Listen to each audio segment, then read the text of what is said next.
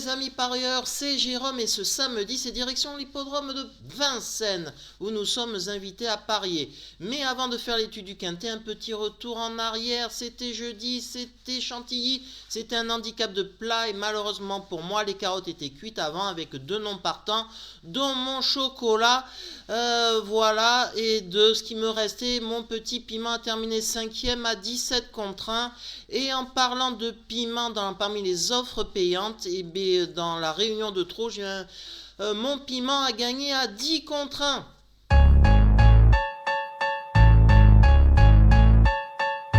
Et comme d'habitude, vous connaissez la mécanique désormais de ma chaîne YouTube. Je vais faire un zoom sur certains participants de ce beau Quintet Plus. Et je vais donner mon tuyau, mon chocolat et mon cheval piment pour faire monter la température avec une belle cote. Et ce samedi, c'est génial, c'est un groupe 2. Le prix Kerjak, le célèbre prix Kerjak, un lot intergénérationnel de chevaux de 6 à 10 ans qui fait office de quintet sur le parcours des 2700 mètres, donc le parcours classique de la grande piste. 15 partants les amis, et je pense qu'on peut éliminer sans risque le numéro 1 Fashion Touch qui reste ferré, il est surclassé, on peut rayer sans problème. Le 2 c'est pareil, E&Me, on raye, il vient de rejoindre l'effectif de Julien Dubois, il fait une petite rentrée, ça sent pas bon du tout. Et le 3 on peut éliminer Veille du Châtelet, c'est un cheval, oh là c'est compliqué à le dire, un cheval monté, donc on raye le 1, le 2, le 3, tous les petits numéros. Après tout est possible pour une place et il va falloir faire un tri et c'est ce que je vais faire de suite. Allez, on passe à la rubrique en vrac. Ce sont mes non-choix des chevaux que je n'ai pas mis dans ma sélection, mais ils ont la possibilité de faire l'arrivée. C'est de nature une affaire d'impression et je n'ai pas mis le numéro 4. Hadès de Vandel, oui, il vient de gagner très facilement, mais l'opposition était très faible.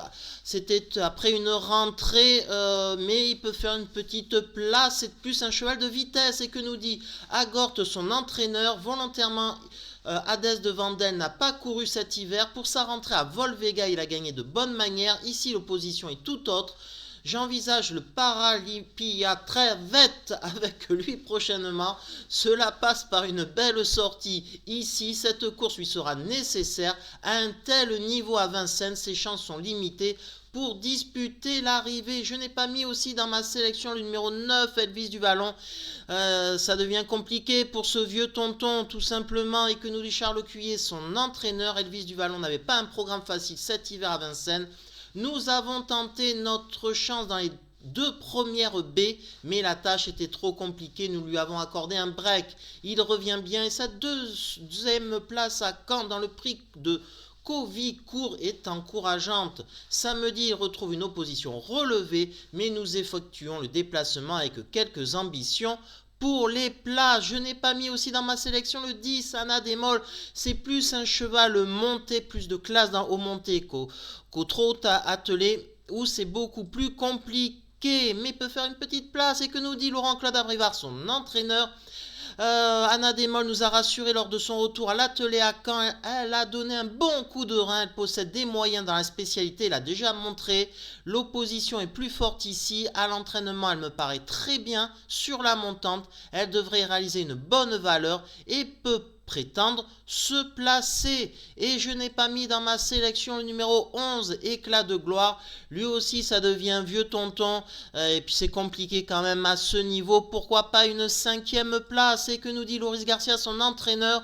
Il a eu un très bon comportement dernièrement à Caen, même s'il a été distancé pour avoir empiété. Il a désormais 2 courses dans les jambes après avoir été arrêté. Et il revient bien. Je n'ai pas le choix des engagements. Cette course va lui permettre d'arriver au mieux pour de prochains engagements. Il ira ensuite en Italie, à Milan ou à Naples pour la loterie. Samedi, il n'aura pas la partie facile. Allez, maintenant on passe à la rubrique de mon piment, de mon chocolat et de mon tuyau. Et bien entendu, j'ai repris la ligne du prix de Paris. J'ai repris, je ne me suis pas embêté. Les 3 premiers, Hussard du Landré, comme vous pouvez voir.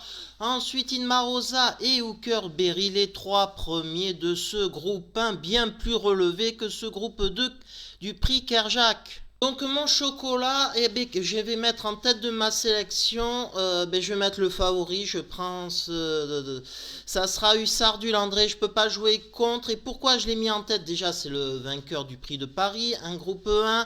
Et ensuite, lui il n'a pas fait le déplacement, le long déplacement à Cagnes.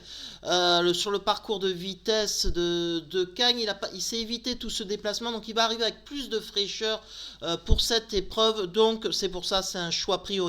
Et puis il peut prendre tête et corde, et je pense c'est ce qui va se passer avec Johan Le Bourgeois. Et que nous dit Benoît Robin, son entraîneur? Il a terminé son meeting par une belle victoire dans le prix de Paris, il a décompressé 3 semaines ensuite et débuté la saison de monte. Il est très bien à l'entraînement, il me paraît prêt à fournir une belle valeur d'entrée de jeu. C'est d'un groupe 2 qui arrive bien dans son programme. On va courir notre chance à fond sur ce qu'il vient de montrer. Il dispose d'une première chance. Mon tuyau, ça sera le 8 Inma Rosa qui avait terminé donc second de ce prix de Paris, qui ensuite a été très bonne dans le Grand Critérium de vitesse à Cagnes.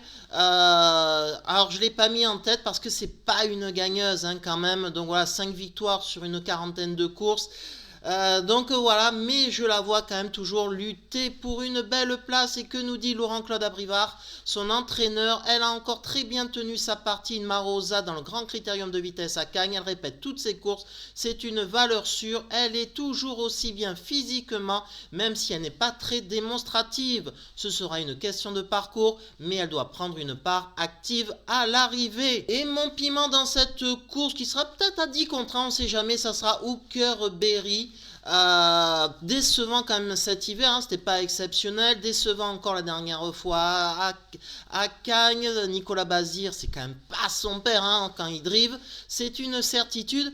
Mais là, c'est plus Jean-Michel Bazir qui l'entraîne, c'est un petit retour aux sources, car ça a été déjà le cas chez Franck Leblanc. Et j'ai remarqué qu'après un intermède chez Franck Leblanc, le cheval avait gagné de suite chez Franck Leblanc. Et là, je me dis pourquoi pas une très belle performance de la part du cheval. Ça peut lui avoir changé les idées, ça peut lui avoir fait du bien. Donc voilà, et que nous dit Nicolas Bazir, le driver? À Cagnes-sur-Mer, Hooker Berry avait hérité d'un mauvais numéro et s'est retrouvé piégé en épaisseur. Il n'avait pas démérité pour autant. Il avait sailli quelques fois auparavant et je l'ai trouvé plus réveillé. Il n'avait pas couru à cette époque l'an dernier, mais la saison de monte chez Franck Leblanc lui avait déjà fait du bien il y a 2 ans.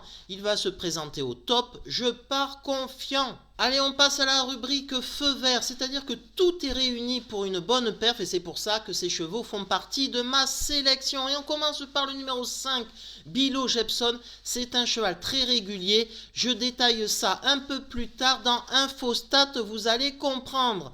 Et que nous dit Vitaly Ciutola, son entraîneur italien? Il avait connu Bilo Jepson des problèmes de pied cet hiver à la mer et se présentait ferré dernièrement dans le prix du plateau de Gravel. Il n'a pas convaincu. Il est revenu à Grosbois après cette tentative. Sa forme ne fait aucun doute et il peut être déféré des 4. Face au meilleur, il faudra lui masquer l'effort le plus longtemps possible. Il est capable d'accrocher une place. Dans ma sélection, il y a le 6, Gamay de Liton.